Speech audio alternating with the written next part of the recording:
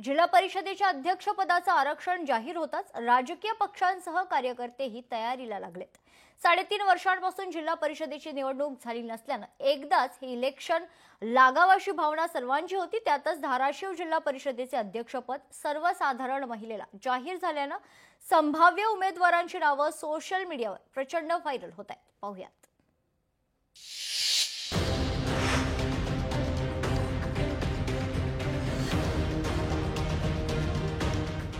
जिल्हा परिषद अध्यक्षपदाचं आरक्षण जाहीर। धाराशिवचं अध्यक्षपद सर्वसाधारण महिलेसाठी आरक्षित। संभाव्य उमेदवारांची नावं सोशल मीडियावर व्हायरल। राज्यात सध्या जिल्हा परिषद निवडणुकीचे वेध लागले। या पार्श्वभूमीवर राज्यभरातील जिल्हा परिषद अध्यक्षपदाचं आरक्षण जाहीर करण्यात आलंय। धाराशिव जिल्हा परिषद अध्यक्षपदाचं आरक्षण देखील जाहीर झालंय।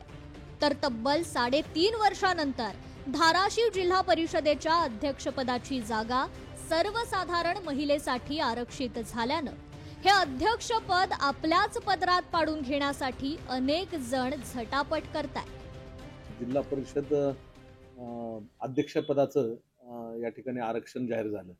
सर्वसाधारण महिला अध्यक्षपद पडलेलं आहे। या ठिकाणी तालुका काँग्रेस कमिटीच्या बैठका आम्ही घेतलेल्या आहेत की कशा पद्धतीने आपल्याला ह्या जिल्हा परिषदच्या इलेक्शनला किंवा ह्याला सामोरं जायचंय। धाराशिव जिल्हा परिषदेत एकूण 55 सदस्य आहेत। महाराष्ट्रामध्ये राष्ट्रवादी आणि शिवसेना पक्ष फुटीनंतर पहिल्यांदाच जिल्हा परिषदेची निवडणूक पार पडतीये। त्यामुळे धाराशिव जिल्ह्यात सध्याचं राजकीय वातावरण बदललेलं पाहायला मिळतंय।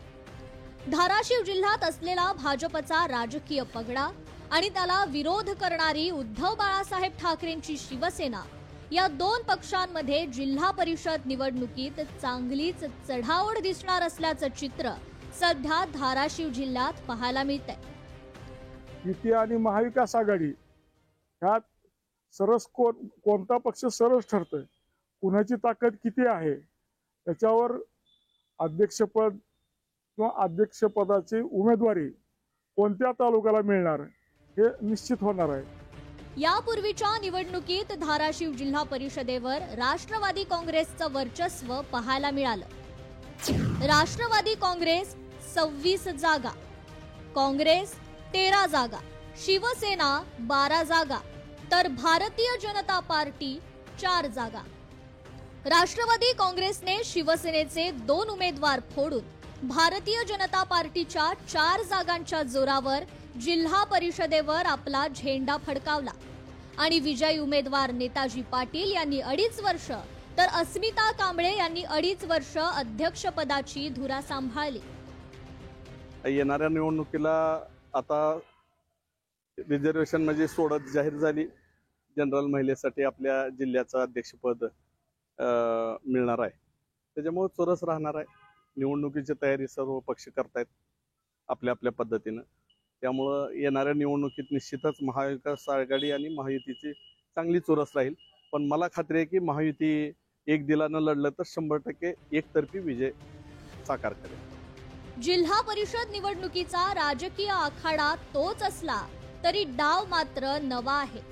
त्यामुळे महायुतीत राष्ट्रवादीच्या घड्याळाचे काटे कसे फिरणार, शिंदेंची शिवसेना धनुष्य पेलणार का, पवारांच्या तुतारीचा आवाज कसा घुमणार, कोण कोणाला हात दाखवणार आणि कोण कोणाला साथ देणार हे येणारा काळच सांगेल। काकासाहेब कांबळे, लोकशाही मराठी, धाराशिव। लोकशाही मराठी ऐका, पहा, जागरूक रहा।